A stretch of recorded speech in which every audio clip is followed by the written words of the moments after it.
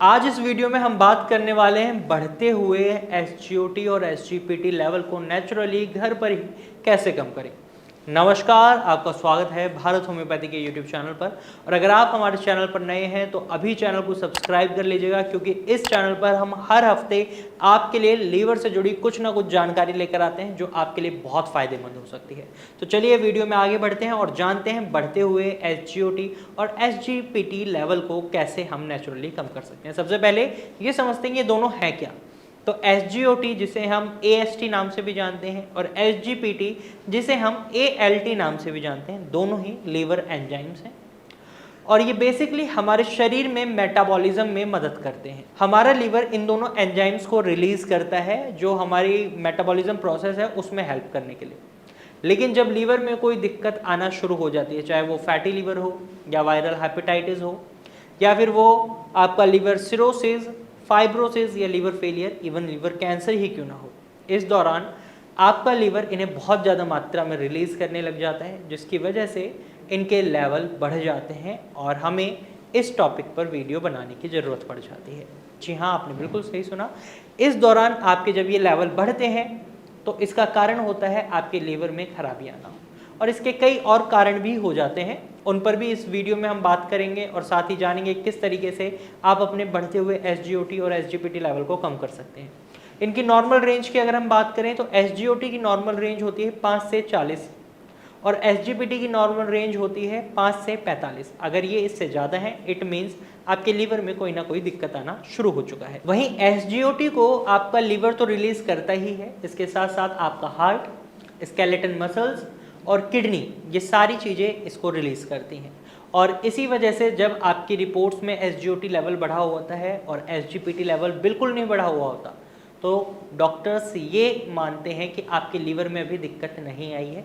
हो सकता है किडनी की दिक्कत हो सकता है हार्ट से रिलेटेड प्रॉब्लम हो, जिसकी वजह से आपके ये लेवल बढ़े हुए हैं। वहीं एसजीपीटी एंजाइम को मेनली आपका लीवर ही रिलीज करता है। इसी वजह से जब एसजीपीटी और एसजीओटी दोनों लेवल बढ़े हुए होते हैं एंजाइम्स के, तो इस समय क्लियर कट पता चल जाता है लीवर में दिक्कत है और इस दौरान डॉक्टर आपको डायग्नोसिस के लिए कुछ टेस्ट भी बता देते हैं, जैसे फुल अब्डोमिनल अल्ट्रासाउंड, जॉन्डिस का टेस्ट करवा लेते हैं, एलएफटी यानी लीवर फंक्शन टेस्ट करवाते हैं, जिसमें ये सारी चीज़ें क्लियर हो जाती हैं कि आपके लीवर में ही दिक्कत है या कुछ और दिक्कत है। तो ये तो बात हुई एसजीओटी एसजीपीटी होते क्या हैं और किन वजह से ये बढ़ते हैं या कौन कौन से ऑर्गन है जो इसे रिलीज करते हैं।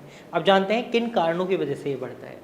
तो सबसे पहला कारण होता है फैटी लीवर। जब लीवर में फैट का एक्यूमुलेशन बढ़ जाता है तो इसकी वजह से लीवर कई बार इन दोनों एंजाइम्स को बहुत ज़्यादा रिलीज करने लग जाता है, या फिर वायरल हेपेटाइटिस के चलते आपके लीवर में इन्फ्लेमेशन आती है जिसके चलते आपका लीवर इन्हें बहुत ज़्यादा रिलीज करता है। वहीं अगर आप बहुत ज़्यादा अल्कोहल का कंजप्शन कर रहे हैं तो इस वजह से भी लीवर में फैट एक्यूमुलेशन डेवलप होता है और लीवर इन एंजाइम्स को रिलीज करने लग जाता है। इसके साथ साथ ओबेसिटी यानी मोटापा भी एक बहुत बड़ा कारण है। इंसुलिन रेजिस्टेंस की वजह से भी ये दिक्कत आ जाती है। कोलेस्ट्रॉल लेवल बढ़ा हुआ है तो भी दिक्कत आ जाती है। ब्लड प्रेशर बढ़ा रहता है तो भी एसजीओटी और एसजीपीटी लेवल बढ़ सकते हैं। इसके साथ साथ ट्राइग्लिसराइड्स के लेवल बढ़े होने की वजह से भी आपके रिपोर्ट्स में एसजीओटी और एसजीपीटी लेवल बढ़ा हुआ दिखाई दे सकता है। वहीं लीवर में किसी तरीके का कोई इन्फेक्शन हो जाता है या इन्फ्लेमेशन, सूजन आ जाती है, तो इस वजह से भी ये लेवल बढ़ सकते हैं। और या फिर आप कोई हैवी मेडिसिन खा रहे हैं जिसके चलते लीवर पर बहुत ज़्यादा प्रेशर पड़ रहा है तो भी रिपोर्ट्स में ये लेवल बढ़े हुए आ सकते हैं। तो मेनली ये कारण रहते हैं। अब हमें एसजीओटी और एसजीपीटी लेवल को, बढ़ते हुए लेवल को हमें नेचुरल करना है तो हमें इसके कारणों पर ही काम करना होगा। जब आपको कारण पता चल गए तो अब आपको काम करना बहुत आसान है। सबसे बड़ा मेनली कारण होता है फैटी लीवर, यानी फैट का एक्यूमुलेशन लीवर पर होना। तो आपको ऐसी कोई भी चीज़ नहीं करनी जो आपके लीवर में फैट का एक्यूमुलेशन बढ़ाता है या बहुत ज़्यादा उसे प्रमोट करता है, तो उन सभी चीज़ों को अवॉइड करें। सेकेंडली, मोटापा, जैसा ओबेसिटी मैंने बताया था, आपको अपने वेट को मेंटेन करना है। अगर आपका वेट बॉडी मास इंडेक्स के अकॉर्डिंग ज़्यादा है तो आप उसे नॉर्मल रेंज में लाएं। इसके लिए आपको अपनी कैलोरीज को मेंटेन करना होगा। डेली बेसिस पर एक्सरसाइज करनी होगी, 15 से 20 मिनट एक्सरसाइज जरूर करें।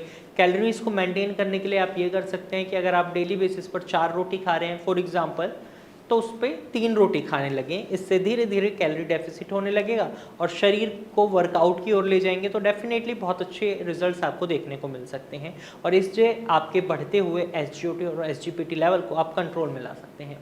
इसके साथ साथ अगर हैवी मेडिसिन खा रहे हैं तो डॉक्टर को जरूर बताएं कि आपका SGOT SGPT लेवल बढ़ रहा है, तो डॉक्टर आपकी दवाइयों में बदलाव कर। हालांकि डॉक्टर्स जब आपको हैवी मेडिसिन दे रहे होते हैं तो प्रिकॉशन बेसिस पर 3 महीने में 6 महीने में आपका LFT और KFT टेस्ट जरूर कराते हैं, क्योंकि उन्हें भी पता होता है हैवी मेडिसिन की वजह से लीवर पर इफेक्ट पड़ सकता है, किडनी पर इफेक्ट पड़ सकता है, जिसके चलते वो आपके टेस्ट करवाते रहते हैं ताकि समय रहते वो अपनी दवाइयों को बदल सकें।